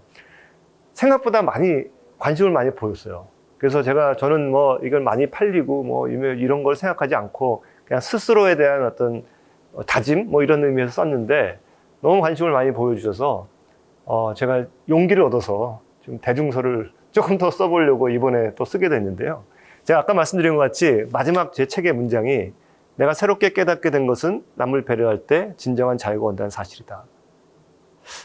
이게 뭐 새롭게 깨닫게 됐다는 말이 좀 지나친 것 같기도 하지만, 뭐 인권을 얘기하면 사실 배려라는 얘기를 잘 안 씁니다. 사실 인권하는 사람들은 배려를 별로 좋아하지 않아요. 왜냐하면 인권은 마땅히 누구나 인간이라면 가져야 되는 권리인데 배려고 뭐고 할 게 없는 거죠. 그것은 옳은 단어가 아니라는 거죠. 장애인이 인권을 가지고 있고 장애인에 대한 인권 존중을 무조건 해줘야 되는 건데, 장애인은 배려 대상이기 때문에 뭔가 존중해야 된다, 그렇게 봐서는 안 된다는 거죠. 그럼에도 불구하고 배려라는 의미가, 전 다른 더 좋은 단어를 찾아내지 못했어요. 공동체, 남에 대한 존중. 그렇죠? 우리가 혼자 사는 세상이 아니고 남과 함께 사는 세상이고, 내 의견이 중요한 만큼 남의 의견도 중요하고, 아까 맨 처음에 얘기한 질문에서 도대체 왜 인권 의식이 올라가면서 갈등이 더 증가하느냐. 모두 자기의 인권만 쳐다보니까 그런 것이 아니냐. 남에 대한 배려라는 것이 없다. 라는 것에서 이제 문제를 찾는 것이고요. 또 그렇게 해보니까 나에게 진짜 자유가 오고 행복하더라. 내 경험을 보니까, 뭐 그런 말씀을 드리는 겁니다. 그래서 책에 나오는 얘기를 몇 개 보면, 제가 프롤로그에 지금까지 인생이 인권에 대한 머리로 찾는 과정이었다면 코로나 감염의 경험은 인간다움이란 대체 무엇인지 마음으로 깨닫게 해주었다. 그런 의미에서 코로나 감염은 내게 축복이다. 축복이라는 단어를 썼습니다. 진짜로 저는 축복이라고 생각하고, 그런 뭐 인권에 대한 깨달음도 있지만 제 인생을 앞으로 어떻게 살아가야 되는지, 어떤 자세로 살아가야 되는지, 이런 것에 대해서 저 스스로에게 지침을 주었다고 할까요? 그리고 그러다 보니까 훨씬 제가 행복해지고 더 삶이 풍요로워지는 그런 걸 느끼는 겁니다. 그래서 그런 좀 경험을 대중들과 소통하고 전달해주고 싶은 그런 욕심이 있습니다. 자, 자유권과 이동권 제한. 제가 뉴욕에서 감염되었었는데 감염되었는지 몰랐습니다. 그냥 몸이 조금씩 아프기 시작했다는 것 정도였는데, 그때 뉴욕에 여러분들 기억하실지 모르지만 2000년 초반에 뉴욕에서 엄청난 환자가 나오면서 막 병원이 부족하고 막 사람들이 그냥 길거리에서 죽어가고 이런 사태가 발생했었습니다. 그때 뉴욕에서 완전히 럭다운을 했어요. 사람들 꼼짝 못하게 만들고, 그 다음에 통행 금지까지. 그래서 8시 이후에는 자동차도 운전도 못하게 하는 사태까지 벌어졌다는 거죠. 한국은 그런 적이 없습니다, 사실은. 저는 그때 굉장히 제가 글을 하나 썼는데 굉장히 비판을 했어요. 미국 정부. 어떻게 미국 같은 나라에 그렇게 자유를 제한하는 정책을 쓸 수 있는가. 아무리 바이러스가 창궐을 한다고 해도. 사람이 사람답게 살기 위한 조건은 인권이다. 바이러스에 감염되어 수많은 사람들이 죽어가는 와중에도 자유를 외치며 거리를 활보하는 것만이 인권을 위한 길은 아닐 터이다. 나도 모르는 사이 너무 편협해졌던 것인지 모르겠다. 지금 지나고 생각하면 사실 뭐 유럽이나 미국에서는 이 한참 팬데믹에서 많은 사람이 죽어가는 와중에도 이 자유를 외치면서 거리를 활보한 사람들이 많죠. 그것이 옳은 행동이 아니라는 것을 우리가 알고 있죠. 잘못된 인권의 해석이죠. 그죠? 자유라는 것이 어떤 공동체의 어떤 안녕이나 어떤 건강이나 이런 것을 배려하지 않고 자기의 자유만 얘기하는 것이 옳지 않다는 것. 저 스스로도, 저도 그렇게 생각을 했었는데, 지나고 나서 생각하면 그게 아니구나. 그런 생각을 하게 된 것이죠. 자, 결혼 이민자, 이주노동자, 한국에 있는 외국인들, 그렇죠? 그들의 삶은 어떨까? 우리 사회에도 분명히 구조적 차별이 존재한다. 코로나19 상황에서 그들은 어떻게 살아가고 있을까? 보편적 재난지원금은 그들도 제대로 받았을까? 한국에서 엄청나게 코로나의 타격을 받으면서 우리는 모두 우리 국민에게만 쏠렸습니다. 관심이. 그래서 우리 재난금은 어떻게 받을 것이냐, 또 어떻게 우리 어려움을 극복할 것이냐. 우리가 외국에 대한 생각을 얼마나 했을까요? 한국에 들어와 있는 외국인들이 얼마나 많은 고통을 받았을까요? 실제로 굉장히 많이 받았습니다. 차별도 많이 받고.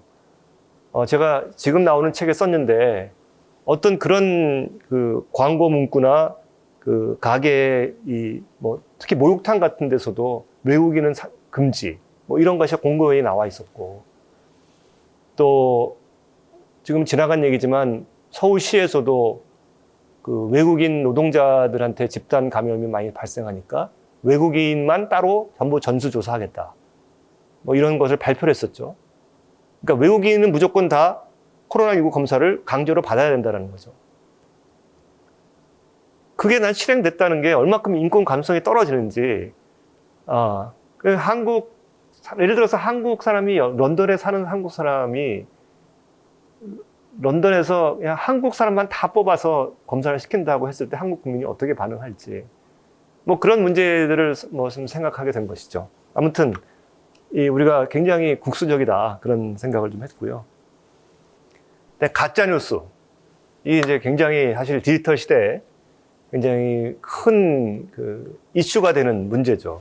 왜냐하면 가짜뉴스라는 게, 사실 가짜뉴스는 디지털 시대에만 있는 것은 아닙니다. 인류 역사에서 가짜뉴스는 항상 있었습니다.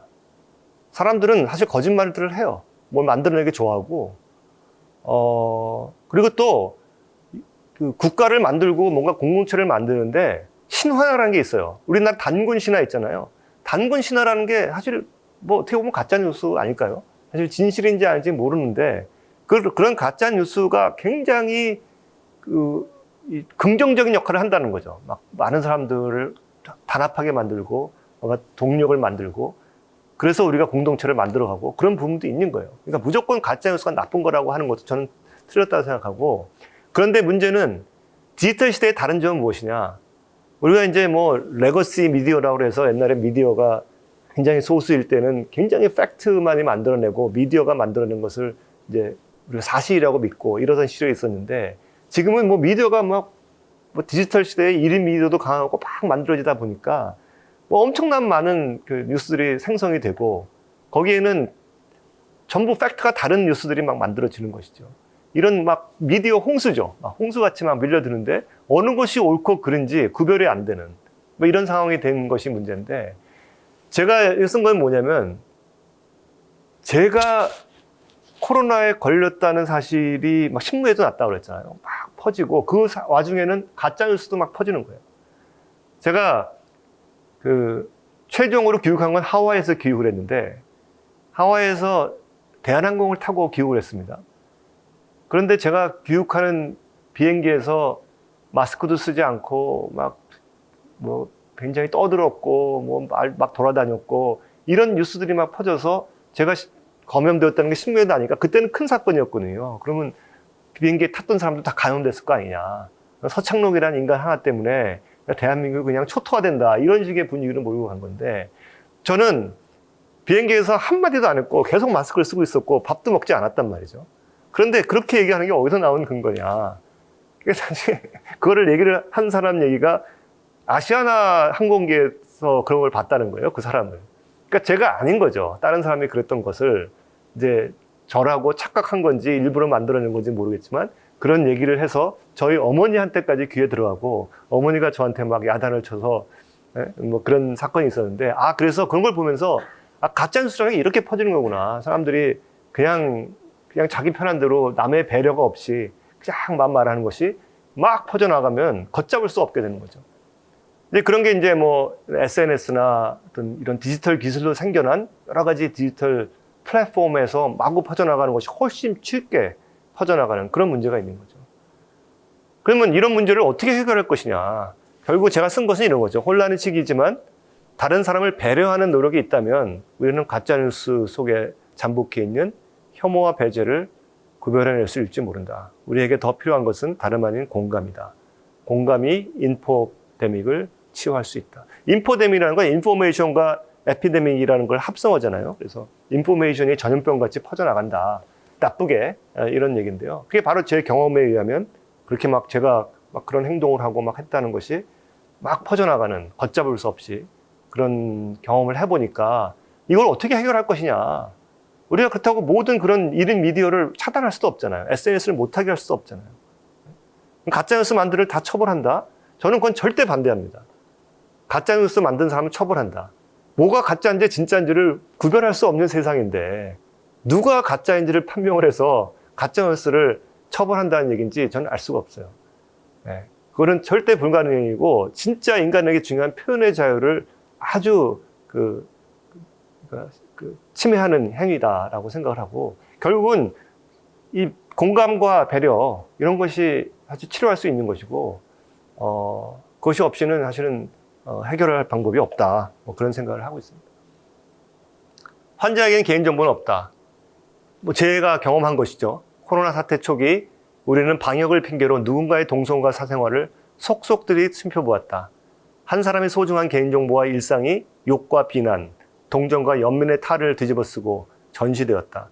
나는 지금도 왜 이렇게 자세한 정보가 공개되어야 하는지 모르겠다. 왜냐하면 제가 쓸 때만 해도 엄청나게 공개가 될 때거든요. 제 개인 정보가 제가 성북구에 사는데요. 성북구 구청 홈페이지에 올라가 있었습니다. 제가 퇴원을 하고 한 3달이 지난 후에 홈페이지에 들어가면 아직도 제 정보가 그대로 있어요. 그래서 알아봤더니 2주 후에 삭제하게 돼 있다는 거예요. 원칙이. 근데 삭제 안 하고 있는 거죠. 또 삭제를 안 해도 아무도 뭐라고 안 하는 거죠. 그러니까 그거는 뭐 구청만의 잘못이 아니고 우리 전체 국민의 이 둔감성이라는 것이죠. 그래서 제가 전화를 해서 얘기를 하고 삭제를 했던 그런 경험이 있는데요. 아무튼 그것도 그거고 지금 우리 보통 국민들이 이런 위기의 상황에서 막 혐오하면서 남의 확진자에 대한 배려는 없이 막 그냥 뒤집어 씌우는 이런 것들이 과연 나한테만 그랬겠느냐. 우리 사회의 소수자들은 얼마나 그런 것을 당하고 살겠느냐. 그런 어떤 간접 체험을 하면서 인권이라는 것이 이런 걸 해야 되는 것이구나. 또 우리가 자유평등을 얘기하지만 배려가 없이는 이게 안 되는 것이구나. 라는 생각을 하게 되었습니다. 또 CCTV. 지금 제가 확진을 되었을 때도요, 그 방역 당국에서 연락이 와서 제 크레딧 카드와 핸드폰 다 추적을 한다고 그러더라고요. 그래서 뭐 그건 그런가 하다 그랬는데 제 사진을 하나 찍어가지고 보여달래요. 제가 아파가지고 막 충격에 휩싸이고 있는데 확진 판명을 받고 사진을 찍어서 보내래요. 사진은 왜 필요하냐 그랬더니 이 사진을 가지고 이 안면 인식으로 CCTV를 확인한다는 거예요. 제가 이제 역학조사를 해서 어디 들렸다는 얘기를 했을 거 아니에요. 그것을 확인하겠다는 거죠. 그래서 너무 화가 나서 내가 인권을 하는 사람으로서 어떻게 이런 것을 요구할 수 있느냐라고 했는데 저는 아프고 빨리 병원에 가야 되고 치료를 받아야 하는 사람인데 이거 가지고 따지고 안 되잖아요. 그래서 하는 대로 다 했어요. 하는 대로 다 하면서 생각해 보니까 나 같은 사람도 이럴진데 예? 보통 일반 평범한 국민들이 얼마나 많이 이 인권 침해를 우리가 모르는 사이에 당하고 있느냐 그런 생각을 했었습니다.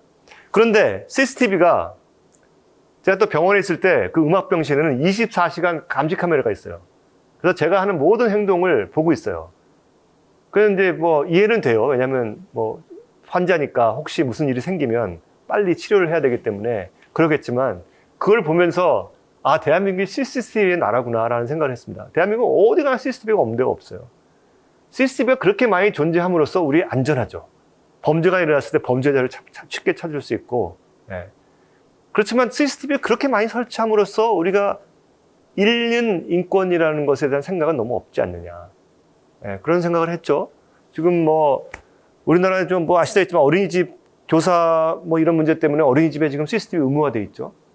또 수술실에 의무화하는 것도 꽤 큰 논란이었는데 지금 아마 법제화가 돼서 의무화가 어느 정도 돼 있는 것으로 알고 있는데요. 전 세계 우리나라 같이 CCTV가 많이 설치되어 있는 데가 없습니다. 물론 사생활이라는 보호라는 이유로 무조건 그것을 하지 않는 것도 문제죠. CCTV를 설치함으로써 오는 혜택, 인권적인 혜택이라는 걸 분명히 우리가 감안해야 되지만 사생활 침해가 있고 그 사생활 침해가 어떤 결과를 초래할 수 있다는 것을 충분히 감안하고 그런 시스템을 설치하는 것과 그런 고려가 전혀 없이 설치하는 것과는 큰 차이가 있습니다. 그죠? 그래서 인권적 고려가 충분히 있지 않은 CCTV 설치는 문제다. 그런 생각을 했습니다. 이거죠. 제가 마태 보면은 안전이라는 확고한 목적 아래 인권이라는 또 다른 측면은 아예 고려하지 않은 것이 아닌가. 그런 생각을 합니다. 내가 한 일을 국가는 모두 알고 있다. 제가 병원에 있을 때 이제 그 코로나의 이제 의심 환자, 그때는 의심 환자들까지 다 격리를 시켰죠. 다 격리시키면서 격리에서 이제 도망가거나 어긋나면 격리하면서 전자팔찌를 다 채우겠다 그랬어요, 사실. 그래서 전자팔찌 얘기 기억하실지 모르겠는데 이제 손목 밴드라고 이름을 바꿨죠, 나중에. 안심밴드 이름을 바꿨는데. 그래서 저는 사실 굉장히 그 병원에 있으면서 굉장히 좀 충격을 받았습니다. 와, 이런 일이 어떻게 일어날 수 있을까? 그런데 이 국민 여론조사를 해보면 80%가 찬성한다는 거예요.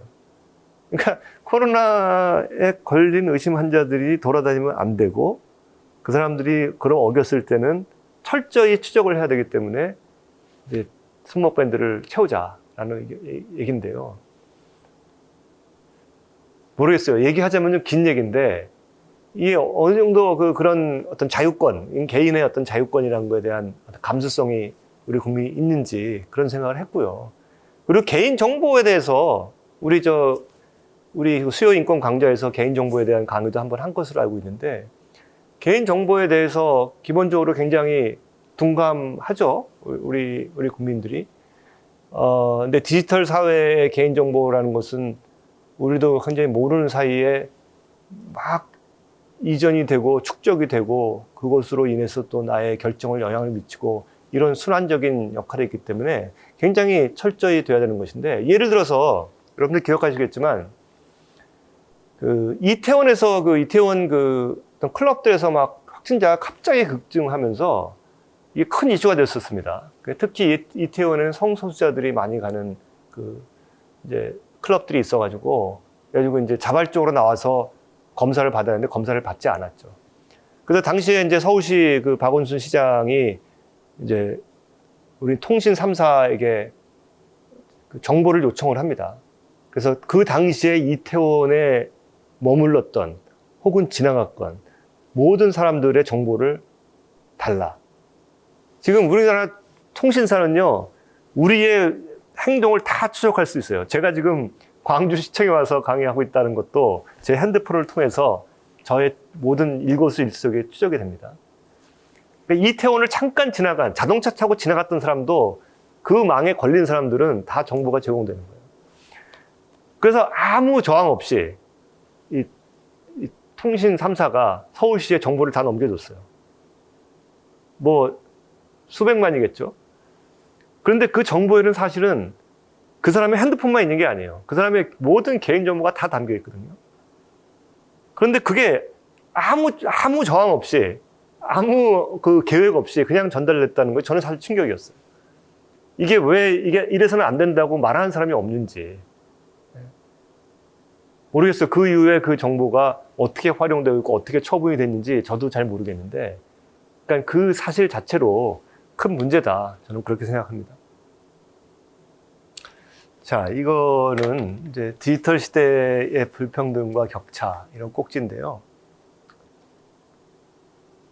제가 이제 그러니까 이 팬데믹 때문에 우리가 대학에서 강의를 다 이제 줌이나 이런 화상 강의를 통해 할 수 있게 됐잖아요. 그게 뭐 불과 2년 전인데 그 당시에 엄청난 뭐 일이었죠. 왜냐면 우리가 해본 적이 없으니까 갑자기 뭐 화상으로 강의한다는 게 뭐 교수들도 어떻게 하는지도 모르고 학생도 어떻게 하는지도 모르고 막 프로그램에도 문제가 있고, 그래가지고 뭐 학생들은 뭐 교육권 침해다 그러고 막 데모를 하고 막 그런 일이 등록금 돌려달라 뭐 이런 일이 있었습니다. 지금은 사실은 뭐 온라인, 오프라인 둘 다 할 수 있는데 학생들이 온라인을 더 선호해요. 네? 그러니까 뭐 교육권이고 뭐고 하여간 온라인이 더 편하니까 해보면 편하잖아요. 여러분도 지금 강의 들으시면서 편안하게 이제 앉아서 유튜브를 볼 수 있을 거라고 잘 생각하는데, 뭐 앉아가지고 긴장하고 막 앉아있는 것보다 훨씬 더 편안하게 또 리와인드도 해가면서 돌려가 볼 수 있고 뭐 그런 굉장히 장점이 있습니다. 그러면서 저는 생각해 봤던 게, 아마 대학 조직은 오랫동안 기존의 권력 관계에 안주하며 디지털 기술이 열어준 다양한 변화를 무의식 중에 거부하고 있었는지도 모른다. 왜냐면 우리가 그렇게 화상 회의를 통해서 강의할 수 있는 것이 이미 기술이 다 있었어요. 갑자기 코로나 때문에 생겨난 기술이 아닙니다. 그러니까 이미 그런 기술이 있었는데 활용을 안 한 거죠. 그냥 강의는 그렇게 하는 것이 아니다라고 생각했던 거죠. 근데 우리가 해보니까 분명히 장점이 있어요. 장점이 있고 물론 단점이 있지만, 장점은 이미 있던 기술이 활용을 해서 뭔가 우리가 적용했어야 되는데 우리의 기존의 어떤 이 체제는 그거 용납을 안 한 거죠. 그런 의미에서 제가 코로나19가 굉장히 큰 기회다라고 하는 측면도 있습니다. 강의실에서 교수는 강단에 올라와 있고 학생들은 굳게 닫힌 문 안 작은 의자에 꼼짝 못하고 묶여 있는 모습이 미래의 교육은 아닐 것이다. 제가 이게 깊이 생각한 부분입니다. 지금 사실 대학의 강의실에서 전부 앉아서 문은 닫아놓고 막 나가면은 막 교수가 뭐라고 하고 이런 체제는 너무너무 오래됐어요, 사실은요. 이건 뭐 산업사회도 아니고 그 이전부터 사회부터 있던 시스템이 지금 우리가 완전히 다른 세상에서 살고 있으면서 그 틀에서 결국 대학에서는 지식을 전달하고 우리가 뭔가 지식을 배우는 거잖아요. 배우는 방식이 꼭 그렇게 교수가 이렇게 상단에 올라와서 이렇게 강압적으로 있다는 것은 위계 질서를 보여주는 거거든요. 위계 질서라는 것이 필요가 없는 거죠. 지식을 습득하는 데는. 그러니까 그런 것도 우리가 좀 뭔가 성찰이 필요하다, 그런 생각을 했었습니다. 낙인, 차별, 배제. 그렇죠. 저도 사실은 코로나19 확진자라는 낙인을 찍혀서 배제당하고 어떻게 보면 차별을 당했던 경험이 있고, 그러다 보니까 우리 사회에 그런 경험을 하는 사람들의 고통, 이런 것을 제가 간접적으로나마 조금이나마 깨달을 수 있는 것이죠. 여기 피해자, 가해자가 나옵니다. 우리 사회에는 피해자가 가해자로 인식되는 경우가 유난히 많은 것 같다. 피해자임에도 불구하고 가해자가 된 것 같고는 죄책감과 스트레스에 휩싸이는 경우가 많다. 나도 퇴원을 한 후 사람들을 만나는 것을 꺼리곤 했다. 그들이 코로나19를 경험한 나를 두려워할지도 모른다는 걱정 때문이다. 사실은 제 걱정뿐만 아니라 실제로 사람들이 두려워했어요, 저를 만나는 거. 지금 와서 하는 얘기들을 보면 결국 사회가 약자를 강제로 침묵시키는 셈이다. 우리가 이런 일이 뭐 저는 경험을 통해서 알았지만 얼마나 많겠냐 하는 생각을 하는 거죠. 우리 사회에 우리가 가해자라고 생각하는 사람들이 얼마나 많은 고통을 받고 있느냐, 또 실제로 그 사람들이 가해자이기만 하냐, 피해자는 아니냐, 인간의 존중이라는 것은 어떤 잣대에서 누구를 두고 하는 얘기냐, 그런 것에 대한 성찰이 필요하다는 겁니다. 혐오론과 표현의 자유. 그렇죠? 아까 말씀드린 좀 비슷한데요. 우리는 가짜뉴스의 홍수 속에 살고 있다. 무엇이 진짜이고 무엇이 가짜인지 구별하기 어렵다. 어떻게 가짜뉴스를 구별해낼 것인가? 우리가 진위 여부를 판단할 수 있을까? 실제로 누군가를 진실을 얘기하고 있는데 권력자가 정치적 목적으로 가짜로 몰아 처벌한다면 어떻게 하나? 그렇죠? 아까 드린 말씀이죠. 가짜와 진짜라는 걸 구별하는 것은 사실은 시민사회 각자 해야 되는 일입니다. 각자 그 문해력을 키우고 많은 정보를 접하려고 하고 또 우리가 소위 확증 편향증 에코 체인버라고 해가지고 우리가 디지털 사회의 그 SNS를 통해서 자기가 소통하고 싶은 사람끼리만 소통하는 경향이 훨씬 심해졌어요. 그래서 일상의 에코라는 게 메아리잖아요. 에코 체인버, 이 방에 체인버 에코가 들리는 것 같이 메아리가 들리는 것 같이 자기가 좋은 사람들끼리만 소통하는 이런 게 훨씬 심해진 거예요.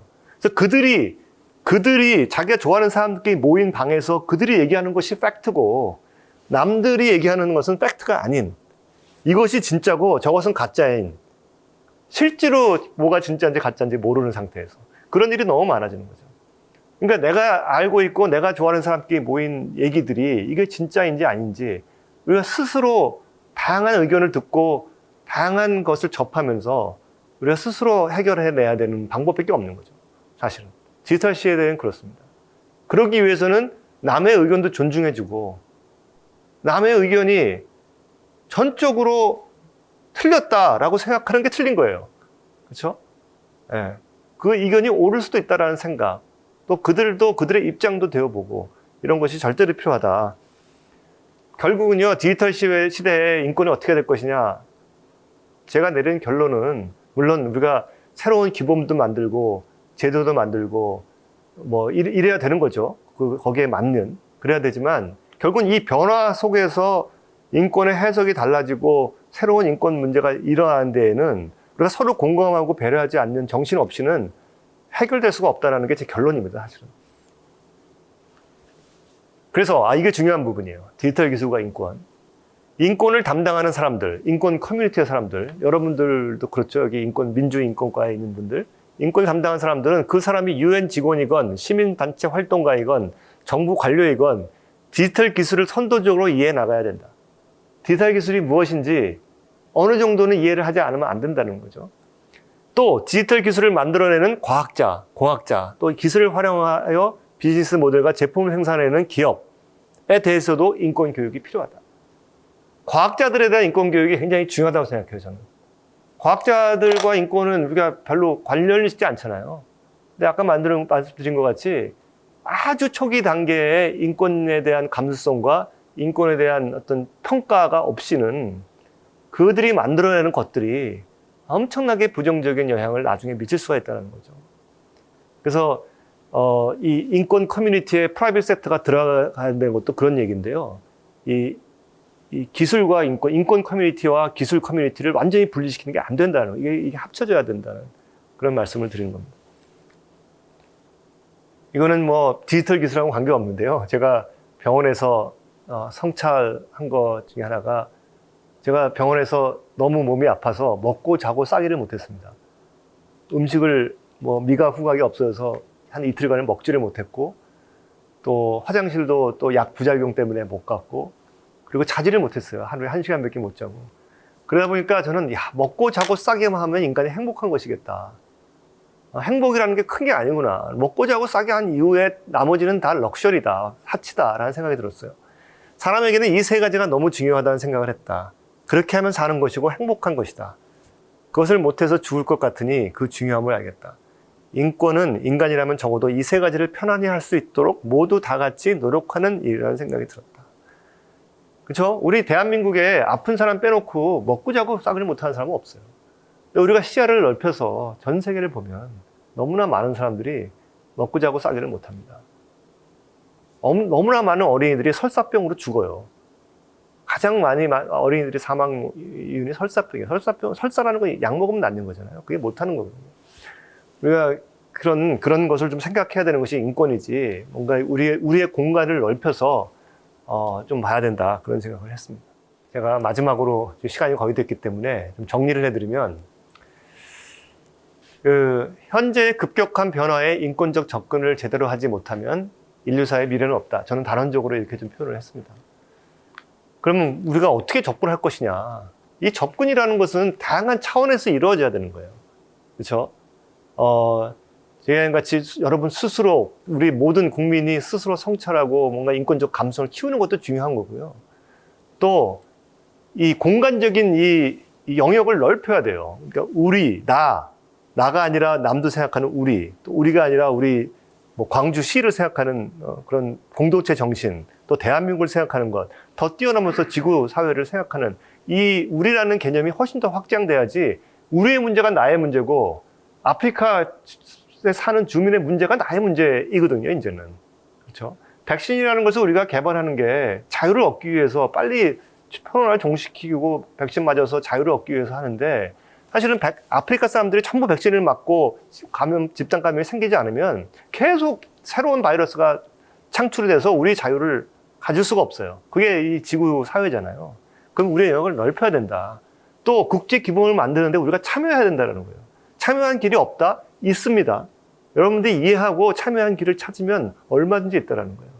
무수하게 많아요. 네, 그런 말씀이고요. 그다음에 제가 뭐 몇 가지 말씀을 드려놨는데 이거는 뭐 자세히 설명은 드리지 않고 제가 마지막으로 나는 감염되었다라는 책 제목인데요. 여러분들 그냥 내가 코로나에 감염됐다 이런 뜻으로 생각하잖아요. 근데 저는 사실 이 제목을 정할 때 다른 의미가 있었습니다. 내가 인권학자지만 잘못된 인권 어떤 의식에 감염되었었다 나도 새로운 깨달음이 있었다. 그런 의미를 사실 좀 담고 있습니다. 그게 이제 나는 새롭게 깨닫게 된 것은 남을 배려할 때 진정한 자유가 온다는 사실이다라고 함축적인 의미가 있고요.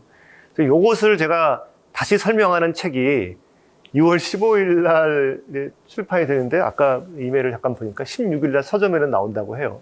근데 아무튼 책 제목이 그래도 나아간다는 믿음, 유엔 인권위원회 새로운 인권 이야기입니다. 그래서 뭐 제목이 좀 특이한데요. 여러 가지 의미를 담고 있겠죠. 그래서 제가 책에서 다루는 것은 세 챕터로 나눠지는데 큰 장으로. 첫 번째는 나의 인권 그 너머. 그러니까 우리가 인권을 얘기할 때 나의 인권을 얘기하죠. 나 개인의 인권을 중심으로 얘기하는데 사실은 그 너머 남을 보지 않으면 나의 인권이 존중될 수 없다는 의미고요. 두 번째는 여기의 인권 그 너머. 그러니까 우리는 여기 지금 대한민국을 주로 보죠. 우리 국민들이. 그러니까 그 너머를 보지 않으면 우리의 어떤 경쟁력과 인권 증진이 이루어질 수 없다는 의미를 가지고 있고요. 그리고 세 번째 분은 오늘의 인권 그 너머입니다. 그래서 오늘이라는 것은 우리가 살고 있는 지금 산업사회라고 볼 수도 있죠. 사실 과거, 현재, 미래가 이렇게 연결이 되는 것이고 우리가 과거의 인권을 쳐다봐야 또 거기에 대한 반성을 해야 오늘의 인권이 존중되듯이 사실은 미래의 인권에 대비를 해야 오늘의 인권이 증진되는 것입니다. 그래서 이게 연결되는 것이기 때문에 우리가 현재의 인권이 아니라 그 넘어서 디지털 시대의 인권에 대한 어떤 고민과 성찰을 해야 된다. 그런 의미에서 책을 썼고요.